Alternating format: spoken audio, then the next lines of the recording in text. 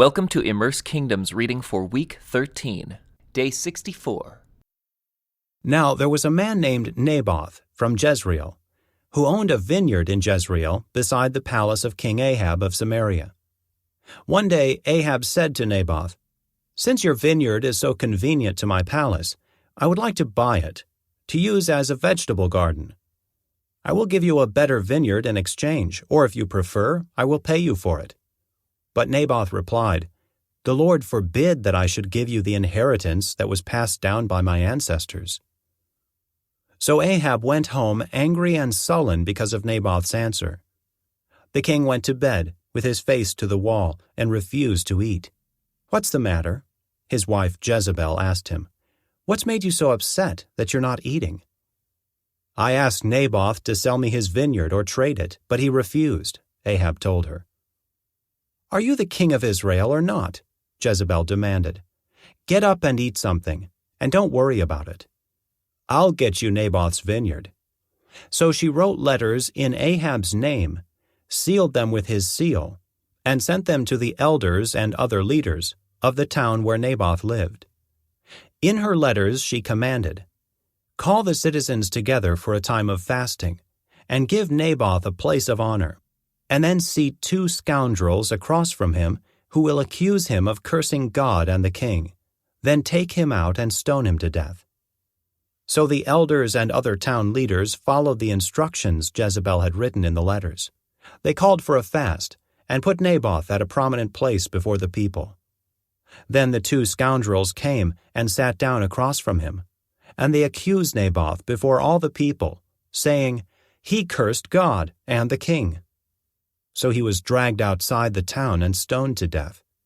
The town leaders then sent word to Jezebel, "Naboth has been stoned to death." When Jezebel heard the news, she said to Ahab, "You know the vineyard Naboth wouldn't sell you?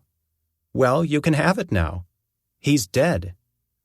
So Ahab immediately went down to the vineyard of Naboth to claim it. But the Lord said to Elijah, "Go down to meet King Ahab of Israel, who rules in Samaria. He will be at Naboth's vineyard in Jezreel, claiming it for himself. Give him this message. This is what the Lord says. Wasn't it enough that you killed Naboth? Must you rob him too? Because you have done this, dogs will lick your blood at the very place where they licked the blood of Naboth." "So, my enemy, you have found me," Ahab exclaimed to Elijah. "Yes," Elijah answered. "I have come because you have sold yourself to what is evil in the Lord's sight. So now the Lord says, I will bring disaster on you and consume you. I will destroy every one of your male descendants, slave and free alike, anywhere in Israel. I am going to destroy your family, as I did the family of Jeroboam, son of Nebat, and the family of Baasha, son of Ahijah, for you have made me very angry, and have led Israel into sin. And regarding Jezebel, the Lord says, Dogs will eat Jezebel's body at the plot of land in Jezreel. The members of Ahab's family who die in the city will be eaten by dogs, and those who die in the field will be eaten by vultures. No one else so completely sold himself to what was evil in the Lord's sight as Ahab did under the influence of his wife Jezebel. His worst outrage was worshiping idols, just as the Amorites had done, the people whom the Lord had driven out from the land ahead of the Israelites. But when Ahab heard this message, he tore his clothing, dressed in burlap, and fasted. He even slept in burlap, and went about in deep mourning. Then another message from the Lord came to Elijah. "Do you see how Ahab has humbled himself before me? Because he has done this, I will not do what I promised during his lifetime. It will happen to his sons. I will destroy his dynasty." For 3 years, there was no war between Aram and Israel. Then during the 3rd year, King Jehoshaphat of Judah went to visit King Ahab of Israel. During the visit, the king of Israel said to his officials, "Do you realize that the town of Ramoth-Gilead belongs to us? And yet we've done nothing to recapture it from the king of Aram. Then he turned to Jehoshaphat and asked, "Will you join me in battle to recover Ramoth-Gilead?" Jehoshaphat replied to the king of Israel, "Why, of course. You and I are as one. My troops are your troops, and my horses are your horses." Then Jehoshaphat added, "But first, let's find out what the Lord says." So the king of Israel summoned the prophets, about 400 of them, and asked them, "Should I go to war against Ramoth-Gilead, or should I hold back?" They all replied, "Yes, go right ahead. The Lord will give the king victory." But Jehoshaphat asked, "Is there not also a prophet of the Lord here? We should ask him the same question." The king of Israel replied to Jehoshaphat, "There is one more man who could consult the Lord for us, but I hate him. He never prophesies anything but trouble for me. His name is Micaiah, son of Imlah." Jehoshaphat replied, "That's not the way a king should talk. Let's hear what he has to say." So the king of Israel called one of his officials and said, "Quick, bring Micaiah, son of Imlah." King Ahab of Israel and King Jehoshaphat of Judah, dressed in their royal robes, were sitting on thrones at the threshing floor near the gate of Samaria. All of Ahab's prophets were prophesying there in front of them. One of them, Zedekiah, son of Kenaanah, made some iron horns and proclaimed, "This is what the Lord says, with these horns you will gore the Arameans to death." All the other prophets agreed. "Yes," they said, "go up to Ramoth-Gilead and be victorious, for the Lord will give the king victory." Meanwhile, the messenger who went to get Micaiah said to him, "Look, all the prophets are promising victory for the king. Be sure that you agree with them and promise success." But Micaiah replied, "As surely as the Lord lives, I will say only what the Lord tells me to say." When Micaiah arrived before the king, Ahab asked him, "Micaiah, should we go to war against Ramoth-Gilead, or should we hold back?" Micaiah replied sarcastically, "Yes, go up and be victorious, for the Lord will give the king victory."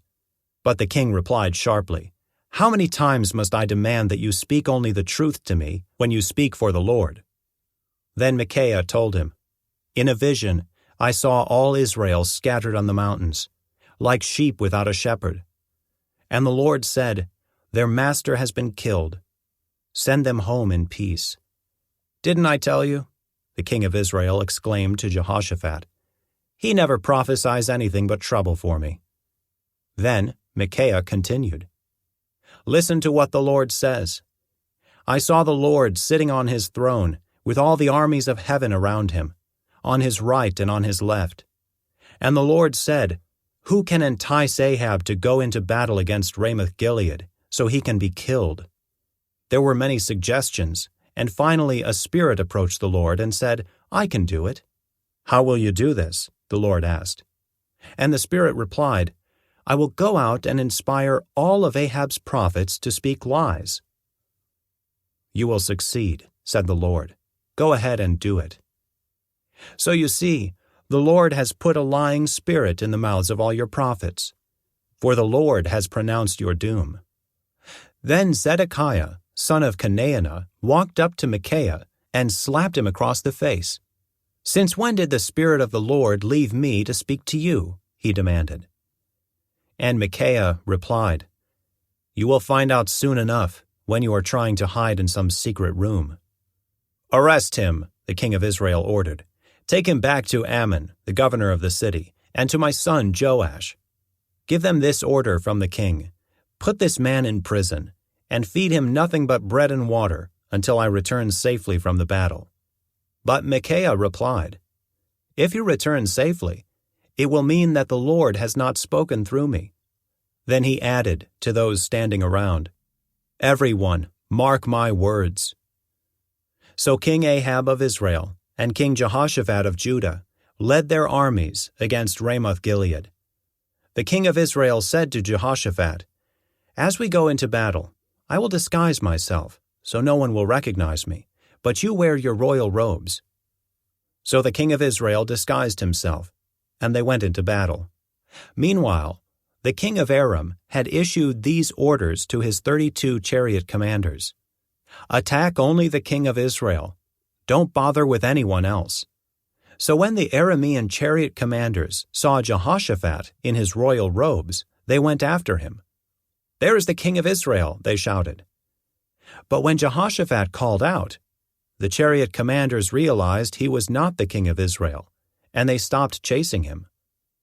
An Aramean soldier, however, randomly shot an arrow at the Israelite troops and hit the king of Israel between the joints of his armor. "Turn the horses and get me out of here," Ahab groaned to the driver of his chariot. "I'm badly wounded." The battle raged all that day, and the king remained propped up in his chariot, facing the Arameans. The blood from his wound ran down to the floor of his chariot. And as evening arrived, he died. Just as the sun was setting, the cry ran through his troops, "We're done for! Run for your lives!" So the king died, and his body was taken to Samaria and buried there. Then his chariot was washed beside the pool of Samaria, and dogs came and licked his blood at the place where the prostitutes bathed, just as the Lord had promised. The rest of the events in Ahab's reign and everything he did, including the story of the ivory palace and the towns he built, are recorded in the book of the history of the kings of Israel. So Ahab died, and his son Ahaziah became the next king. This concludes today's Immerse reading experience. Thank you for joining us.